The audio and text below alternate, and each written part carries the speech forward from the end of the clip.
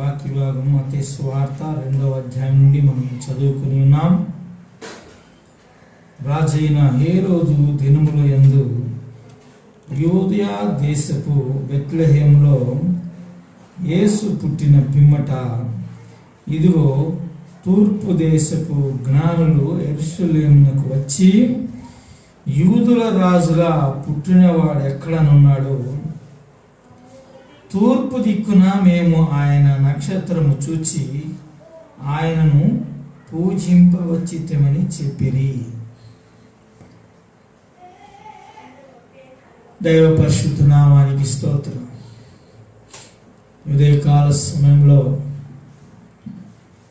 ప్రభువైన యేసుక్రీస్తు వారి యొక్క జననమును గూర్చినటువంటి, పుట్టుకను గూర్చినటువంటి కార్యములు లోకం అందంతటా కూడా బోధింపబడుతూ ఉన్నాయి, ప్రసంగింపబడుతున్నారు. ఈ మాటలు వింటున్నటువంటి మనందరం కూడా దైవ సందేశం మూలముగా దేవుని యొక్క ఆత్మీయ ఆశీర్వాదములు పొందగలిగినటువంటి హృదయంతో దైవ సన్నిధానంలో మనం ఆకాంక్షతోటి, ఆశతోటి కనిపెట్టాలని ప్రభువైన యేసుక్రీస్తు వారి యొక్క పరిశుద్ధ నామం పేరిట నేను వేడుకుంటూ ఉన్నాను.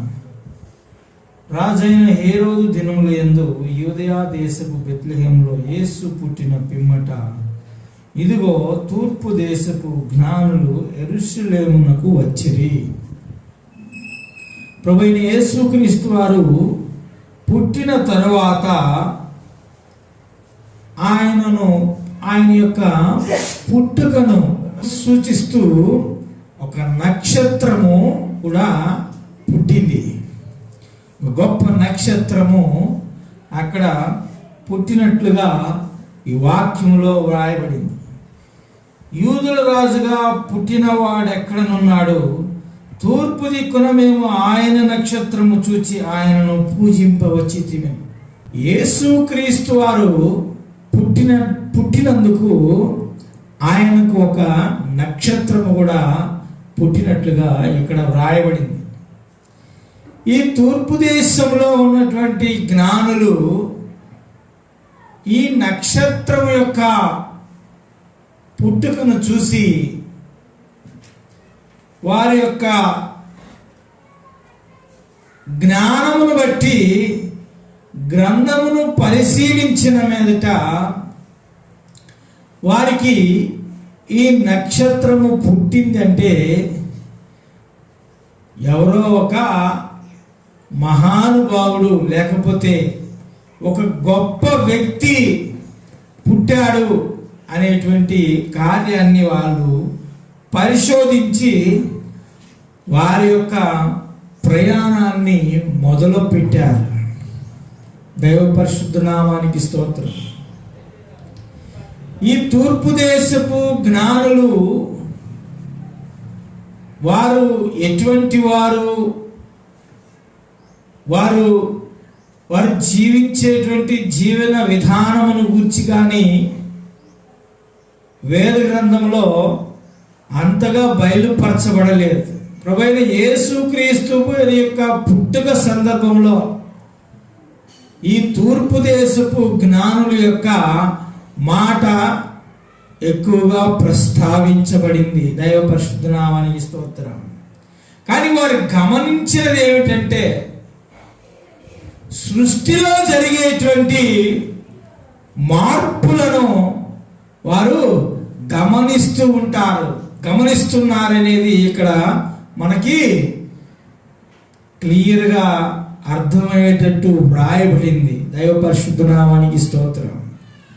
ప్రభువైన యేసుక్రీస్తు వారిని వారు చూడలేదు. ప్రభువైన యేసుక్రీస్తు వారి యొక్క పేరు వారికి తెలియపరచబడలేదు. వారికి తెలిసిందల్లా ఒకటే, ఒక నక్షత్రము పుట్టింది, ఒక గొప్ప నక్షత్రము పుట్టింది. ప్రియదేవుని బిడ్డలారా, మరి మీరు ఎంతవరకు నేనైతే గమనిస్తూ ఉంటాను. నేను 5 గంటలప్పుడు బయటకు వచ్చేస్తాను. 5 గంటలకి లేకపోతే 4 గంటలకి బయటకు వచ్చినప్పుడు నేను చూసేది ఏంటంటే ఆకాశంలో ధృవతార ఉందా లేదా చూస్తాను. ఎంతమంది చూస్తారు? చూస్తారా? ఆ టైంలో మీరు ఎక్కడుంటారు? అది ఆ టైంలోనే కనబడిద్ది. నేను డైలీ చూస్తూ ఉంటాను. కనబడినప్పుడల్లా చూస్తూ ఉంటాను. నేను బండి మీద వచ్చేటప్పుడల్లా ఏ మూల కనబడిద్ది, ఎటు కనబడిద్ది అని అది మాత్రం చూస్తే చాలా ఆనందం కలుగుతుంది, సంతోషం కలుగుతుంది. ప్రత్యేకంగా అది ఎక్కడ ఉన్నట్టు తెలుసా? ఈ ఆకాశంలో ఉన్నట్టు తెలియదండి. మీరు చూసారంటే ఇగో ఇక్కడే ఉన్నట్టు అంతగా ఒక ఒక ఒక వెన్న ముద్దలాగా కనబడతా ఉంటుంది ధృవతార.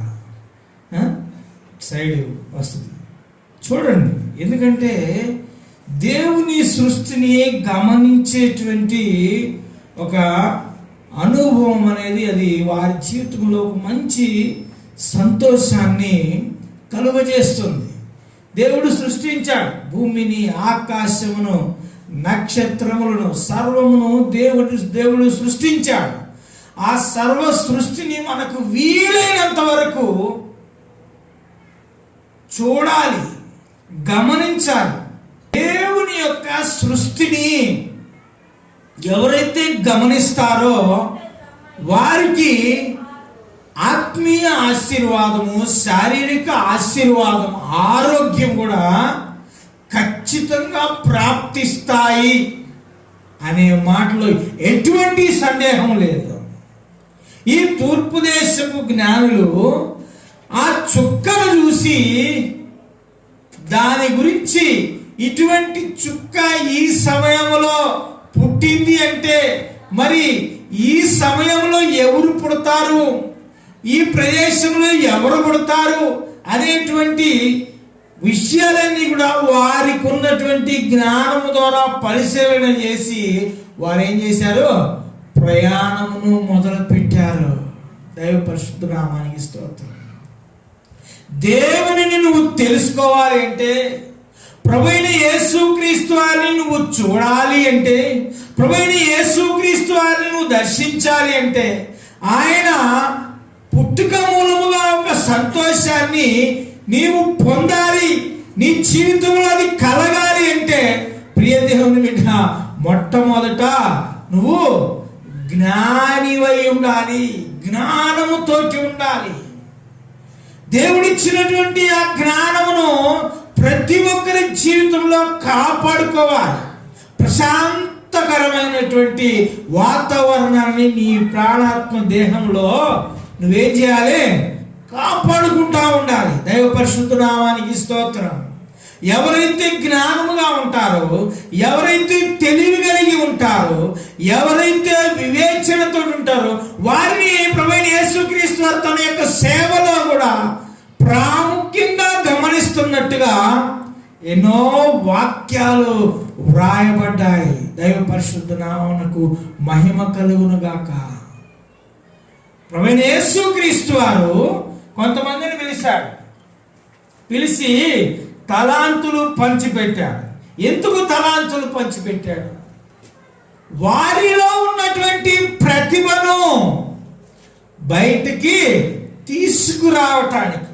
ఆ తలాంతులు పంచిపెట్టినటువంటి కార్యం ఏమిటి? మత్తయి సువార్తలో మనం చదివినప్పుడు 14 నుండి మనం చూసినప్పుడు ప్రభువైన యేసుక్రీస్తు వారు అక్కడ ఒక ఉపమానం చెప్తున్నాడు, కథ చెప్తున్నాడు. ఏమని చెప్తున్నాడు? ఒక మనుష్యుడు దేశాంతరము ప్రయాణమై తన దాసులను పిలిచి తన ఆస్తిని వారికి అప్పగించినప్పుడు అతడు ఒకనికి 5 తలాంతులను, ఒకనికి 2, ఒకనికి 1, ఎవని సామర్థ్యము చొప్పున వారికిచ్చి వెంటనే దేశాంతరము పోయెను. దైవ పరిశుద్ధ నామానికి స్తోత్రం. ఇక్కడ మనము గమనించేది ఏమిటి? దేవుడి తూర్పు దేశపు ఉన్నటువంటి వీరికి కొంత జ్ఞానాన్ని ఇచ్చాడు. అలాగే ఎవరి సామర్థ్యము కొలది వారికి దేవుడు ఆయా ఈవులను, ఆయా జ్ఞానమును వారికి దయచేస్తూ ఉన్నాడు. దైవ సన్నిధానంలో ఉన్నటువంటి మనకు దేవుని యొక్క వాక్యము బోధింపబడుతుంది. ఆ వాక్యం విన్నటువంటి మనము దేవుడు మనకు అనుగ్రహించినటువంటి బలము చేతను, శక్తి చేతను, జ్ఞానము చేతను దానిని అభివృద్ధి చేసుకోవాలి. పాటలు పాడుతూ ఉన్నాం, చక్కగా అనుభవము కలిగినటువంటి అర్థములతో కూడినటువంటి పాటలు మనము పాడేటప్పుడు ఆ పాటల మూలముగా మనము బలపరచబడాలి. ఆ పాటల మూలముగా మనము ఉజ్జీవింపజేయబడాలి. ఆ పాటల మూలముగా మనము ధైర్యపరచుకోవాలి. ప్రియ దేవుని బిడ్డలారా, ఆయన ఎవని సామర్థ్యము కొలది భూమి మీద ఉన్నటువంటి సర్వ మనుషులకు ఆయన కొంత శక్తిని, వారి సామర్థ్యము కొలది వారికి శక్తిని దయచేశాడు. ఈ ఒక తలాంతు కూడా ఇచ్చినటువంటి వాడిలో ఏదో ఒక సామర్థ్యం ఉంది. వాడు కూడా జ్ఞానవంతుడే. కానీ ఆ జ్ఞానాన్ని, ఆ యొక్క సామర్థ్యాన్ని, తనకున్నటువంటి యుక్తిని అతను ఉపయోగపరచలేదు. తీసుకున్నటువంటి వ్యక్తిని వేరు విధమైనటువంటి ఆలోచనతోటి అతను ఆలోచన చేసి దానిని తీసుకొని పోయి, ఇక్కడ క్లియర్గా రాయబడింది. ఏమని రాయబడింది? ఎవని సామర్థ్యము చొప్పున వానికి ఇచ్చి వెంటనే దేశాంతరం వెళ్ళిపోయాడు. ఎవని సామర్థ్యం వారికి ఉంటుంది. ఎవరిని తీసివేయటానికి లేదు. దేవుడు ప్రతి ఒక్కరు కూడా ఆయనకు కావాలి. నీవెంతవరకు పని చేయగలవు? నీవెంతవరకు ఆలోచన చేయగలవు? నీవెంతవరకు తట్టుకోగలవు? దేవుడు నీకు ఒక శక్తిని అనుగ్రహించేశాడు. దానిని నువ్వు పదును పెట్టుకోవాలి. నీ యొక్క ఆత్మీయ ఆశీర్వాదముల నిమిత్తం, నీ యొక్క శరీర ఆశీర్వాదముల నిమిత్తం, నీ యొక్క ఆత్మీయ ఆనందము కొరకు, నీ యొక్క ఆరోగ్యము కొరకు దేవుడిచ్చినటువంటి ఆ శక్తిని నువ్వు ఉపయోగించుకోవాలి. ఆ జ్ఞానము నువ్వు ఉపయోగించుకోవాలి. దైవ పరిశుద్ధ నామానికి స్తోత్రం. మనుషులకు ఉన్నటువంటి పెద్ద విచిత్రమైనటువంటి బలహీనత ఏమిటంటే, సమాజం ఎట్లా ఉందో అలాగే పోతా ఉంటారు, అలాగే జీవిస్తూ ఉంటారు. బైబిల్కు సంబంధించినటువంటి జ్ఞానం ప్రకృతికి అతీతమైనది. అంటే అది ఒక ప్రత్యేకమైనది. బైబిల్ని అనుసరించి, దేవుని యొక్క వాక్యాన్ని అనుసరించి జీవించేటువంటి వారు ఎవరైనా కనబడతారు? వెళ్తే కనబడతారా? బయటకు కనబడేది కాదు అది.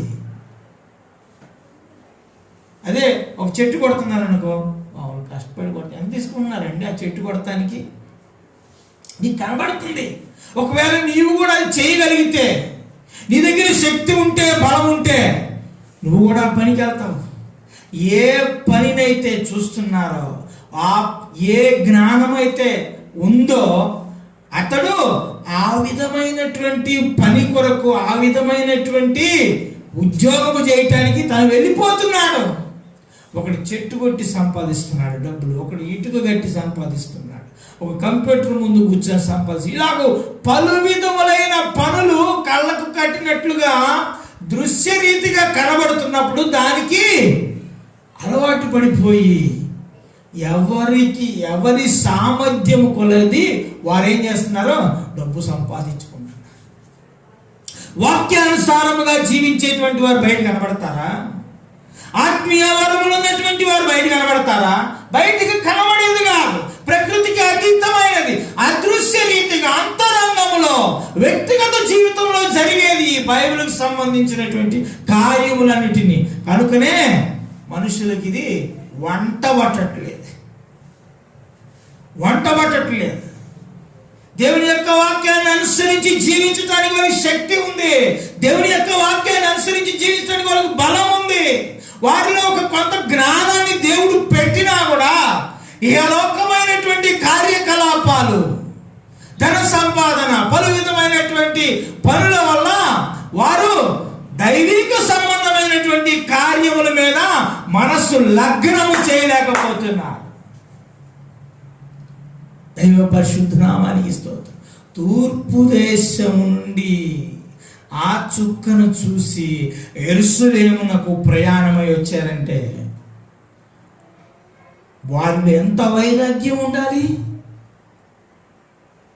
ఆ నక్షత్రమును గూర్చి వారు ఇంకా ఎన్నో తెలుసుకొని ఉంటారు.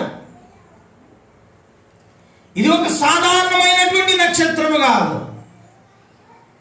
ఆ నక్షత్రము పుట్టినటువంటి గడియలు కూడా వారు పరిష్కారంగా తెలుసుకొని ఇది ఒక అద్భుతమైన కార్యం ఏదో భూమి మీద జరిగింది. దానిని వెంబడించి వచ్చారు. దైవ పరిశుద్ధ నామానికి స్తోత్రం. క్రీస్తు ఎక్కడ పుట్టునని వారిని అడిగాను. అందుకు వారు యూదయా బెత్లెహేములోనే. ఏలయనగా యూదయా దేశపు బెత్లెహేమా, నీవు యూదా ప్రధానులలో ఎంత మాత్రమును అల్పమైన దానవి కావు. ఇశ్రాయేలును నా ప్రజలను పరిపాలించు అధిపతి నీలో నుండి వచ్చును.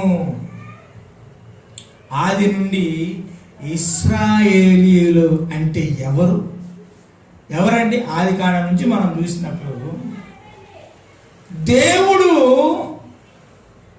తాను ప్రేమించినటువంటి ఒక జనాంగమునకు ఇశ్రాయేలీయులు అని పేరు గావించబడింది.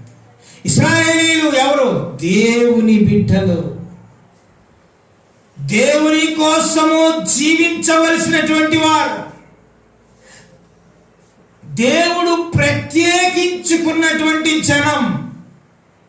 ఇశ్రాయేలీయులను, నా ప్రజలను పరిపాలించు అధిపతి. ప్రియ దేవుని బిడ్డ, దేవుడు నిన్ను ఏర్పరచుకున్నాడు. నీ శరీర కార్యములను, నీ శరీర స్వభావాలను, నీ యొక్క ప్రాణాత్మ శరీరమును ఏలుబడి చేసి దానిని నువ్వు లోపరుచుకోవాలి అంటే ఆ అధిపతి ప్రభువైన యేసు క్రీస్తు నీలో పుట్టాలి. నీవెంత మాత్రమును అల్పమైన వాడివి కావు. నీవెంత మాత్రమును అల్పమైన వాడివి కావు. ఎందుకంటే ప్రభువైన యేసు క్రీస్తు వారు నీ కోసము పుట్టాడు. ఇది క్రిస్మస్ పండగ లోకమునకు సంబంధించింది కాదు, లోక ఆచారమునకు సంబంధించింది కాదు, క్రైస్తవులకు సంబంధించింది అంతకంటే కాదు. ప్రతి మనిషికి సంబంధించింది. ప్రతి మనిషికి, మనిషిగా పుట్టిన ప్రతి వారికి ఇది సొంతం అన్నమాట. ఎందుకంటే మనిషి యొక్క రక్షణార్థమే ప్రభువైన యేసుక్రీస్తు వారు పుట్టారు. నీ శరీర స్వభావాలు, నీ ప్రాణాత్మ శరీరములను ఏలుబడి చేయటానికి, దానిని లోపరుచుకోవటానికి, దానిని రాజ్యము చేయటానికి ఒక అధిపతి కావాలి. అధిపతి నీలో నుండి వచ్చును. ఎంత మాత్రం ఎంతో మంది ఈ ఒక వెండి నాణ్యం, ఆ నాణ్యము తీసుకున్నటువంటి, ఒక తలాంతు తీసుకున్నటువంటి ఆ వ్యక్తి తనకు తాను అల్పమైన వాడిగా, తనకు ఆ తలాంతు ఇచ్చినటువంటి వాడిని కూడా ఒక తుచ్చమైన రీతిలో ఆలోచన చేసుకున్నాడు. ఒక తలాంతు తీసుకొనిన వాడును వచ్చి, అయ్యా నీవు విత్తని చోట కోయవాడవును, చల్లని చోట కూర్చుకుని వాడవునై కఠినుడవని నేను ఎరుగుదును. అతను దాన్ని సంపాదించలేదు, దాని ద్వారా ఇంకొక తలాంతును సంపాదించలేదు కదా. ఆ యజమానుడు ప్రశ్నించేటప్పుడైనా ఒక సరైనటువంటి సమాధానాన్ని ఇవ్వగలగాలి. ముగ్గురు కలిసి, ఒకడు 5, ఒకడు 2, ఒకడు 1 తీసుకున్నాడు. తీసుకున్నప్పుడు ముగ్గురు కూడా కలిసే ఉన్నారు. విచారించేటప్పుడు కూడా ముగ్గురు కలిసే ఉన్నారు. 5 తలాంతుల వాడు ఎంత సంపాదించుకున్నాడు, 2 తలాంతుల వాడు ఎంత సంపాదించుకున్నాడు, 1 తలాంతు వాడు ఏమి సంపాదించలేదే. ఆ యజమానుడు 5 తలాంతులు గల వాడిని ఏమని ఆశీర్వదించాడు, బడా నమ్మకమైన మంచి దాసుడా, నీవు నీ యజమానుని సంతోషంలో పాలు పొందమని చెప్తున్నాడు. 2 తలాంతులు తీసుకున్న వాడిని కూడా అలాగే ఆశీర్వదించాడు. అప్పుడు మాటలు సిద్ధపరచుకొని ఉండాలి. సంపాదించలేదు కదా, మాటలైనా సిద్ధపరచుకొని ఉండాలి. ఎంతటి మూర్ఖమైనటువంటి మనోభావముతోటి ఇక్కడ నిలబడి ఉన్నాడంటే, నువ్వు విత్తన చోట కోయవాడవు, చల్లని చోట పంట కూర్చుకొనివాడవు అని నేను ఎరుగుదును. నువ్వు కఠినుడవు. ఈ మాటలైనా మార్చుకొని, అయ్యా నేను ఏదో అనుకున్నాను, జరిగింది ఇది అని ఒక పశ్చాత్తాపమో లేకపోతే ఒక కన్నీరు అక్కడ కనబడాల్సినటువంటి పరిస్థితి అయితే, అతడు మాటలు కూడా సిద్ధపరచినటువంటి ఒక భయంకరమైనటువంటి స్థితిలో ఉన్నాడు. ఎంతో మంది జీవితాల్లో తప్పులు అనేవి సర్వసాధారణం. కానీ ఆ తప్పుల మూలముగా వారు ఏం చేస్తారు, ఈ మాటలు కూడా, ఈ పశ్చాత్తాపం, ఈ కన్నీరు కూడా వారి జీవితంలో లేనందువలన దైవ సన్నిధానికి దూరముగా వెళ్ళిపోతూ ఉంటారు. జరిగేవి చూస్తున్నారు కదా. వారి సముఖంలో నిలబడి 5 తలాంతులు గలవాడిని పరిశీలించాడు, 2 తలాంతులు గలవాడిని పరిశీలించాడు. కనుక పశ్చాత్తాపడి, అయ్యా నాకు కూడా 1 తలాంతు ఇచ్చావు, నేనైతే ఈ విధంగా అనుకున్నాను, కానీ జరిగింది ఇది, దయచేసి నాకు ఇంకొక అవకాశం అడగాలో, లేకపోతే క్షమించమని అడగాలో, ఏదో ఒకటి చేస్తుంటే ఒక భయంకరమైనటువంటి ఆ శిక్ష నుండి అతను తప్పించుకొని ఉండేవాడు. ప్రియ దేవుని బిడ్డలారా, జ్ఞానం అనేది ప్రతి ఒక్కరి యొక్క సామర్థ్యము కొలది. దేవుడు ఆయా ఈవులను ప్రతి ఒక్కరు కూడా అనుగ్రహించాడు. ఆ జ్ఞానమును బట్టే, ఆ తెలివిని బట్టి వారు దానిని ఉపయోగించుకొని ఆ తార యొక్క జాడను కనుక్కొని, అవి వెలిసినటువంటి ఆ ఘడియలు కనుక్కొని, ఇది ఒక మహాఘనుడు, లేకపోతే ఇది ఒక సాధారణమైనటువంటి నక్షత్రము కాదు, ఎవరో ఒక అద్భుతమైనటువంటి ఆశ్చర్యకరమైనటువంటి ఒక మనిషి పుట్టుకను గుర్తించేది, కాబట్టి ఆ మనిషి ఎక్కడ పుట్టాడు అని వెతుక్కొని ఆ తూర్పు దేశం నుండి యెరూషలేమునకు ప్రయాణమై వచ్చారు. దీని గురించి మాట్లాడాలంటే ఇంకా విరివిగా మాట్లాడుకోవచ్చు. కానీ ప్రియ దేవుని బిడ్డలారా, ప్రభువైన దేవుని యొక్క వాక్యము మనకి ఏమని తెలియజేస్తుంది అంటే, ఉదయకాల సమయంలో దేవుడు నిన్ను ఒక జ్ఞానిగా సృష్టించాడు. ఆ జ్ఞానము ద్వారా దైవ సన్నిధానంలో ఉండి నీవు సర్వ ఆశీర్వాదములను నీవు పొందవచ్చు. ఆ జ్ఞానాన్ని ఉపయోగించాలి. దైవ సన్నిధానంలో మాటలు సిద్ధపరచుకోవాలి. మీ మాటలు సిద్ధపరచుకొనడి. మాటలు సిద్ధపరచుకుని నా సన్నిధానానికి రావాలి. దైవ సన్నిధానానికి మనం ఒక సిద్ధపాటుతోటి రావాలి. మనోవేదనతోటి, లేకపోతే ఒక ఆత్మీయ ఆశీర్వాదము కావాలి అనేటువంటి ఒక దుఃఖముతోటి, విన్నపములతోటి దైవ సన్నిధానంలో ఎవరైతే కనబడతారో వారు ఖచ్చితంగా ఆశీర్వదింపబడతారు. మనోవేదన కలిగినదై ఆ యొక్క హన్న ఏ విధంగా అయితే దైవ సన్నిధానంలో తన యొక్క హృదయాన్ని కృమ్మరించి మూలుగులతో కనబడుతుందో, దేవుడు ఒక మంచి మగ బిడ్డను ఆ యొక్క హన్నాకు దేవుడు ప్రసాదించినట్లుగా, ఆ యొక్క పుట్టుక, ఆ యొక్క మగ బిడ్డ పుట్టడమే కాకుండా ఒక మంచి స్థానంలో దేవుడు ఆ యొక్క బిడ్డను పెట్టాడు. చిన్న వయస్సు నుండే. దానికి అంతటికి గల కారణం మనోవేదన, దైవ సన్నిధానంలో పశ్చాత్తాపం, మాటలు సిద్ధపరచుకొని. ఒకవేళ ఆ సందర్భంలో ఏమైనా నీకేమన్నా బుద్ధి ఉందా, నువ్వే యాజకుడుగా ఉన్నావు, దైవ సన్నిధానంలోనూ నన్ను ఇట్ట అర్థం చేసుకుంటావా అని మాట జారుంటే నా బతుకు నేను ఎట్ట బతుకుతున్నాను, ఎన్ని సంవత్సరాల నుంచి నేను పిల్లలు లేక కష్టపడుతున్నాను, అర్థం కావట్లేదా? నువ్వు దేవుని మనిషివే కదా, హృదయం అర్థం కావట్లేదా? ఊరికే వచ్చి ఇక్కడ నేను ద్రాక్షారసము పానం చేసని ఇష్టానుసారంగా నోరు బారేసుకుంటే పరిస్థితి ఎలా ఉండిందో. అమ్మాయి ఏమంటుంది, అంత నీచమైన దానిగా నన్ను ఎంచవద్దు, నేను మనోవేదన కలిగి ఉన్నాను, పిల్లలు లేక నేను వేదన పడుతున్నాననేటువంటి దుఃఖముతో కూడినటువంటి మాటలతో ఏలి ఎదుట కనబడినప్పుడు నీవు చేసుకున్నటువంటి మనవిని దేవుడు అంగీకరిస్తాడని చెప్పి ఒక మంచి మాటతోటి ఆమెను తిరిగి పంపినట్లుగా దేవుని యొక్క వాక్యం సెలవిస్తుంది. దీనికి అంతటికి కారణం ఏమిటంటే, ఎవరిని కూడా ఆయన వట్టి చేతులతో వదిలేసేవాడు కాదు. వారి వారి సామర్థ్యము కొలది వారిని ఒక మంచి దివ్య జ్ఞానముతో దేవుడు నింపుతున్నాడు. దాన్ని పదును పెట్టుకోవాలి, దాన్ని ఉపయోగపరచుకోవాలి.